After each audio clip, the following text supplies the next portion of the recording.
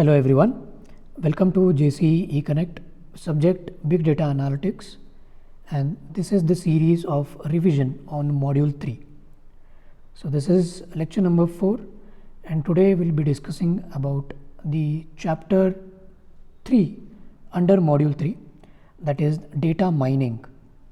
So far we have learned about the business intelligence concepts and applications, and we learned about what is data warehouse in the previous lectures.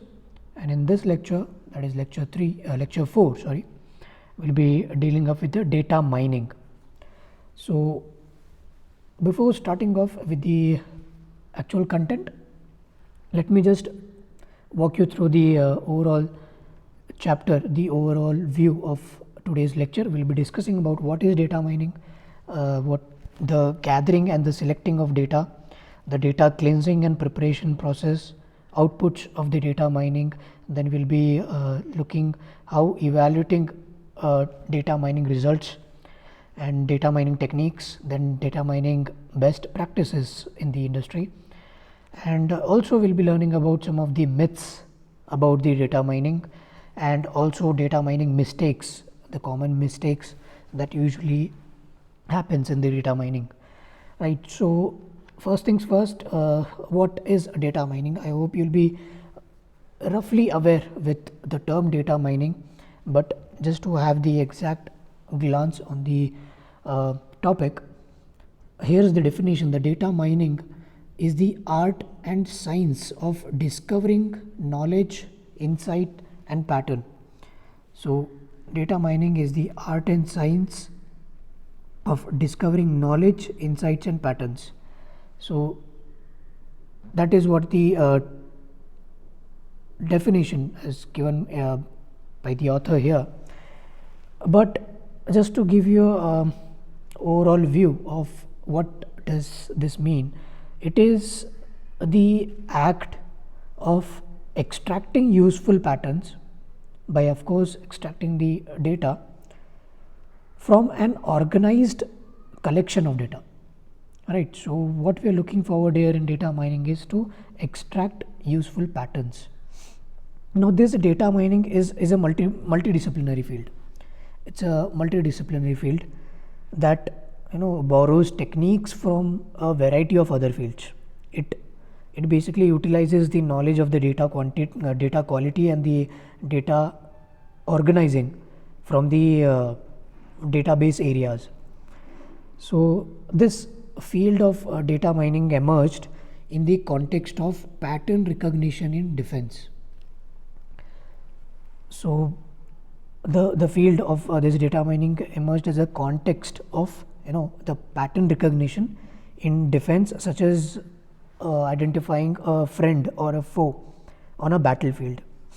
So another example, for example, the customers who buy, you must have heard about this example previously, maybe in machine learning, that for example the customers who buy cheese and milk also buy bread 90% of the time, right? So this is a very popular example used in machine learning while training the data. So I hope you get the fair idea about what is data mining. Of course, we'll get more into depth, starting off with how we gather the data or how we select the data. So gathering and selecting the data, the most organizations develop and enterprise data models, which is called ADMs. Enterprise data models are these are used to basically organize the data. So enterprise data models is usually inclusive of the data generated from all internal systems, and the EDM model provides the basic menu of data to create a data warehouse for a particular purpose of decision making, for a particular decision making, right? So gathering and curating data, gathering the data and curating that data take time and effort, particularly when it is unstructured or semi-structured. That is when it takes more time and effort to gather and curate. The unstructured data can come in many forms. As you know, you must have heard, must have learned this in storage network also, or in data structures also, that the unstructured data can come in many forms. Like it can be data like databases or blogs, or it can be also images or videos or audios or even texts or chats, right? So eventually the data should be rectangularized, that is, it should be put in rectangular data shapes with clear columns and rows, right? So when it is in the form of columns and rows, you can say it is better organized or better structured, and this rectangularization of the data shapes should be before submitting it to the data mining process. Now again, the next thing, the knowledge of the business domain is also very important. The knowledge of the business domain helps select the right stream of data for looking for the new insights or pursuing for new insights, and that's why the gathering and selecting data is important. Talking about the data cleansing and preparation, we have certain parameters to be look upon. Like for example, if you are in the stage of cleaning or preparing the data, first thing is the duplicate data needs to be removed, right? So that there is no redundancy. Next thing is missing values needs to be filled so that the data is complete and it's not incomplete. The data element should be comparable so that more insights can be drawn or more meaning can be drawn out of it. Then continuous values may need to be binned, right? Continuous values need to be binned. Outliner data elements needs to be removed. The data elements which are not of much use, which are not subject oriented, which are not to the particular requirement, can be called as an outliers, or these outliers data elements need to be removed. Ensuring that the data is representative of the phenomena. So whatever phenomena we are looking for, we have to ensure that the data is perfectly fitting into that representation. The data may need to be selected to increase information density. By this I mean some data may not show much variability because it was not properly recorded or for any other reason. This data may dull the overall effect of other differences present in the data, and they should be removed to improve the information density of the data, right?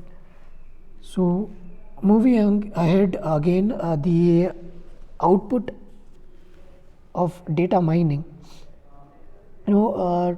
Data mining technique, like you can see, can serve different types of objectives. The outputs of data mining will reflect the objective being served, and there are many ways of representing this output of data mining. So one such popular form of data mining output is decision tree. Now the decision tree, it is, as you must have already learned about it in machine learning again, that it's a hierarchical branched structure that helps visually follow the steps to make a model based decision, right? And the output can also be of a form of a regression equation. Now so more about decision tree we'll be learning in the next module, that is the module number 4, but here we'll just have an overview, like what are the different outputs of data mining, and then slowly you will learn why decision tree is one of the most popular form of data mining output. Okay, so like I mentioned, it's a hierarchical branched structure. It's a model based decision structure.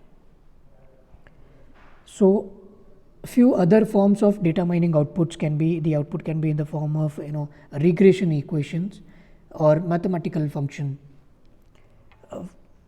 These functions or equations that represents the best fitting curve. You must have come across this term in the machine learning, that best fitting curve to represent the data. This can be one of the outputs for data mining. Then population centroid is a statistical measure for describing central tendencies of a collection of data points. So this can again be one form of data mining outputs. Then business rules are an appropriate representation of the data of market market basket analysis exercise. If you have heard about this term, market basket analysis exercise. For example, those who buy milk and bread will also buy butter. This is just an analogy, like those who buy milk and bread will also buy butter. This is, let's say, approximately 80% of probability. So moving on, evaluating of data mining results. So once we got the output, once we get the results of the data mining, how do we evaluate it? How do we find the accuracy of it? Or how do we predict it, that the data or the analysis from the mining process is perfectly evaluated or correctly evaluated? So here you can see there are two primary kinds of data mining processes, that is supervised learning and unsupervised learning, which you have already learned about it in machine learning, so we'll not get much into it. But a common metric for all the classification technique is a predictive accuracy. Now this predictive accuracy can be given by this formula, right? The predictive accuracy is equal to the ratio of the correct prediction by the total predictions. So you must have come across this predictive accuracy formula, that is TP plus TN, which is true positive plus true negative divided by the summation of all the true positives plus true negatives plus false positive plus false negatives. So which is nothing but the confusion matrix. So here we have the confusion matrix, wherein we have the confusion matrix of predicted class. Here we have predicted class, wherein we have first positives and negatives, and we have true class, true class, wherein we have again positives and negatives. So you are aware of this confusion matrix: true positives, false positives, false negatives, and true negatives. So using the confusion matrix is how by computing the predictive accuracy we can get the evaluation of the data mining results as closer as needed. And of course the number of times you train that data, number of epochs you carry out, will again improvise on the accuracy of that particular model. So moving on with the data mining techniques, what are the different types of data mining techniques? The right technique depends upon the kind of the problem, of course, being solved. So depending on the problem, the technique may vary. So the techniques, basically we have supervised learning and unsupervised learning. In the supervised learning, the predictive ability based on past data is considered, and in unsupervised learning, the exploratory analysis to discover the patterns is what is carried out. So here you can see the classification is machine learning, and we have classification like statistics. Then we have, in unsupervised learning, we have clustering analysis and association rules. And in the supervised learning, you can see the various methods that we have as decision trees, neural networks, and regression, right? So these are the few of the important data mining techniques. So talking more about it, the data mining trees, which will be soon learning in the module 4, but just to give you the overview of a decision tree, it is actually one of the most popular data mining technique, which is easy to understand, easy to use, and it is very easy to evaluate understand and used by the analysts as well as the executives, and the decision tree select the most relevant variable automatically out of all the available variables in the decision tree for the decision making. And it also, the decision tree are also are tolerant of the data quality issues and do not require much of data preparation or pre-processing from the user side. Even the non-linear relationships can be handled well by the decision trees. So of course there are many other algorithms to implement decision trees. Some of the popular ones are C5 or CART, C-A-R-T, and CHAID, C-H-A-I-D, which you have heard it maybe before while learning the machine learnings. So discussing more about the best practices in data mining, here we have the a cycle which is called CRISP DM data mining cycle, which has certain stages or some essential steps to be carried out in the as the best practice for the data mining. So that is we have business understanding, we have data understanding, data preparation, then we have modeling, then we have evaluating, and ultimately in the deployment. So just to elaborate more on these are the steps. Data mining best practices is 6 essential steps that we have to carry out in the data mining process. So these are self-explanatory. The business understanding, like we discussed, if you have better understanding or better knowledge on business, you can better define the data mining process. The data understanding, what kind of data that you are really interested in to mine, pre-processing it or preparing the data, then modeling it and evaluating that model. Once the model is designed, not necessarily that it has to be perfectly fit into your process, but it has to be again evaluated. Of course there will be few reiterations need to be carried out or refine the model. So the 5th step is to evaluate that model so that the best fit is available and ultimately it is ready for the dissemination and rollout. That is nothing but the deployment. So once now having learned about this, let us now understand very important aspect again. What are the different myths about the data mining? So the number one myth is what usually said to be that the data mining is about algorithms. So no, it's not, right? It is used by businesses to answer important and practical questions, and understanding the relative strengths of various algorithms is helpful but not mandatory, right? It's not mandatory. Myth 2 says that the data mining is about predictive accuracy. Partially okay, but while it is about predictive accuracy, while important, predictive accuracy is a feature of the algorithm, as in myth number 1, the quality of the output is a strong function of the right problem, that is the right hypothesis and the right data, right? So it's not all about the predictive accuracy. Myth 3 says that the data mining requires a data warehouse. Of course, not necessarily. Again, it may require the data warehouse, but not completely whole and soul. But the data mining requires a data warehouse, while the presence of a data warehouse assists in the gathering of information, right? The only reason why data warehouse can be required is because the presence of the data warehouse assists in the gathering of the information. Sometimes the creation of the data warehouse itself can benefit from some exploratory data mining. So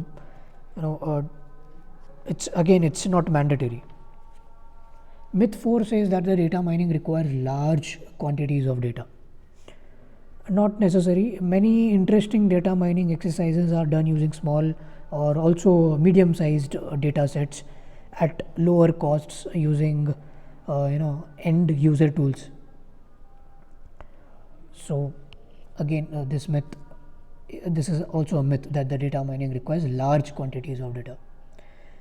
Myth 5 says that the data mining requires technology expert. Now, many interesting data mining exercises are done by end users and executives, and they have been done using simple everyday tools. Just to give an example, if you have gone through the lecture number 2, if I'm not wrong, or lecture 1 maybe, 1 or 2, we have discussed about the tools that are available for business intelligence, which was using Microsoft Office spreadsheets. So these end users or these executives can also make use of these tools like spreadsheets for data mining as well. So there have been many interesting data mining exercises which are done by end users and these executives using these everyday tools like spreadsheets, which everybody knows, right? So not necessarily that data mining requires a technology experts only. So again, this is also a myth. Next is the data mining mistakes, the common mistakes that are usually taken mistakes in doing the data mining and should be avoided. So number 1 is selecting the wrong problem for the data mining. This is the most predominant, the most common mistake that usually the data miners do, that selecting the wrong problem for the data mining, right? So selecting the right problem is one of the important parameter, of course the most important parameter for coming up with the right solution for the data mining process.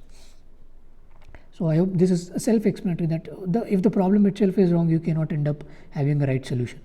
So choosing the right or selecting the right problem for the data mining will only lead to the right solution for the data mining.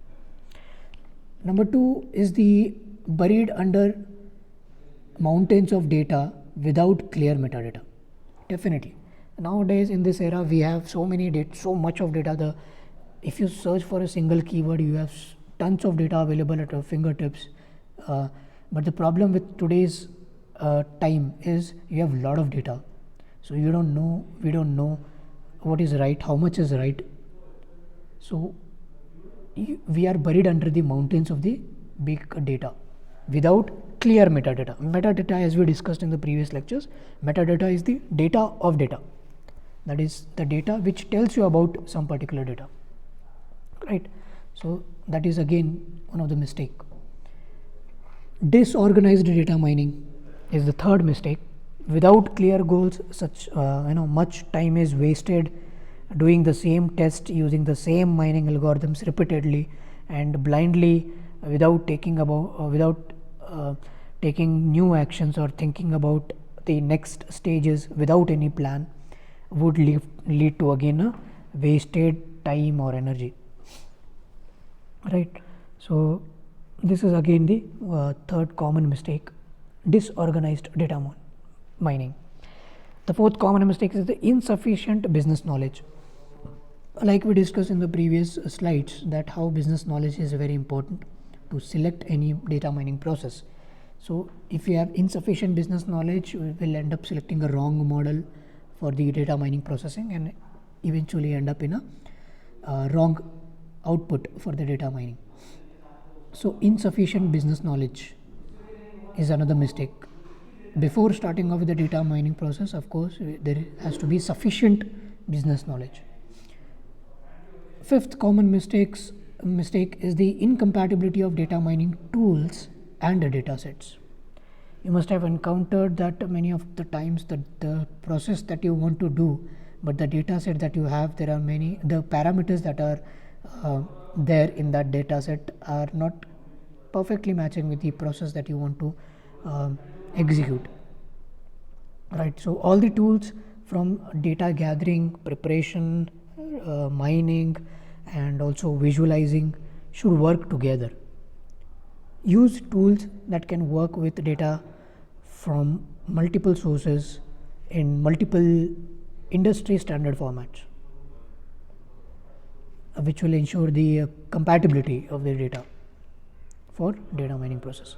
So the sixth common mistake is looking only at the aggregated results, and not an individual records or predictions. That is again a next mistake, that it is possible that the right results at the aggregated level provide absurd conclusions at an individual record level, right? So when you compare the whole aggregated level, the result might be somewhere relatable, but when you consider the individual record level, it might be false, or it might be very absurd. So dividing into the data at the right angle can result or yield insights at many levels of data. Talking about the seventh common mistake, that is not measuring your result differently from way the sponsor measures them, right? So if not measuring your results differently from the way your sponsors measures them, then you are somewhere not aligned with the measurements, right? You're not measuring those aspects which are to be measured at the by your sponsors, right? It is as good as when you want to deliver a product to the customers, your development model is not aligned with the specifications mentioned by the customer according to his or her model, right? So if the data mining team loses its sense of business objective, if it loses the sense of the business objectives and beginning to mine data for its own sake, it will lose the respect and the executive support, drastically. So the BIDM cycle, which we have discussed in our first lecture, that is the business intelligence data mining cycle. The BIDM cycle shows that it should be remembered at every stage, right? So to avoid such mistakes. Now here are a few of the this is the question paper from December 2019, Jan 20. We'll see what all types of questions have been asked in the previous question papers. So here is module 3, and let's see 5A. 5A is already covered. These things have already done in the previous lectures. Now here you can see this 6A. 6A you can see explain with diagram CRISP-DM data mining cycle, right? CRISP-DM data mining cycle. Let me take you back to the CRISP-DM data mining cycle. So here is the CRISP-DM data mining cycle, which we have discussed, and which comes under the data mining best practices, where we deal with the business understanding and data understanding, data preparation, then we create the model, we evaluate the model, we ultimately disseminate or roll out or deploy the model. So these were the stages, you can say, in the CRISP-DM data mining cycle. So this was the question which was asked for 8 marks. So heavy marks, you can see this has been asked for 8 marks. And followed by that, you can see the 6B, describe the common data mining mistakes. So here you can see the common data mining mistakes has also been asked for 4 marks. So like we have discussed around seven data mining mistakes, so which have been asked for 4 marks. So you can plan your course of answering how you want to answer for this. And next is list the describe various charts used in the data visualization. So data visualization will be learning up in the next lectures, the coming up lectures. In fact, the next chapter in this module is data visualization, so we'll save it for the next lecture. Moving on with taking up another question paper, that is July 2019. We can say the same question has been asked, 6A. Let me zoom in for you.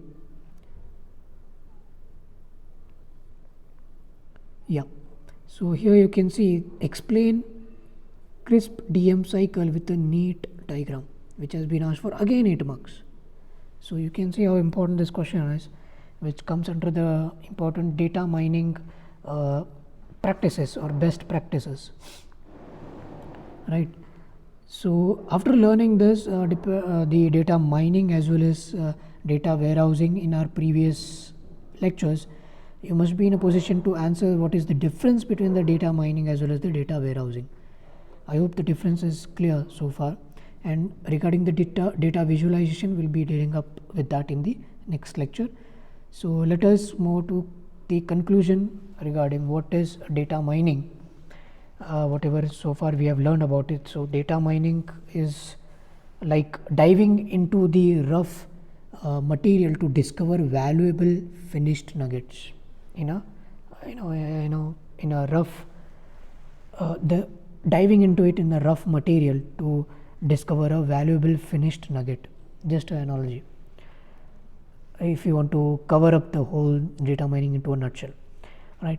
So while the technique is important, the data mining technique is important, the domain knowledge is also very important to provide imaginative solutions, right? So unless you don't have sufficient domain knowledge, domain business knowledge, you may not have proper solutions for the data mining process, right? So the business objective should be well understood. The business, what are the needs, the demands of the business, it should be well understood and should always be kept in mind to ensure that the results are beneficiary and it's beneficial to the end users and also to the sponsors of the exercise, you can say, right? So that's all for the conclusion of the data mining, and I hope the concept is clear. If you still have any queries, any doubts, you can reach out at the in our subject group, or you can comment down below. Preferably you can reach out in the subject group WhatsApp group, so that if anybody else have the same doubt, they also get it clarified, right? So that's all for today's lecture. Thank you and stay tuned for the subsequent lectures.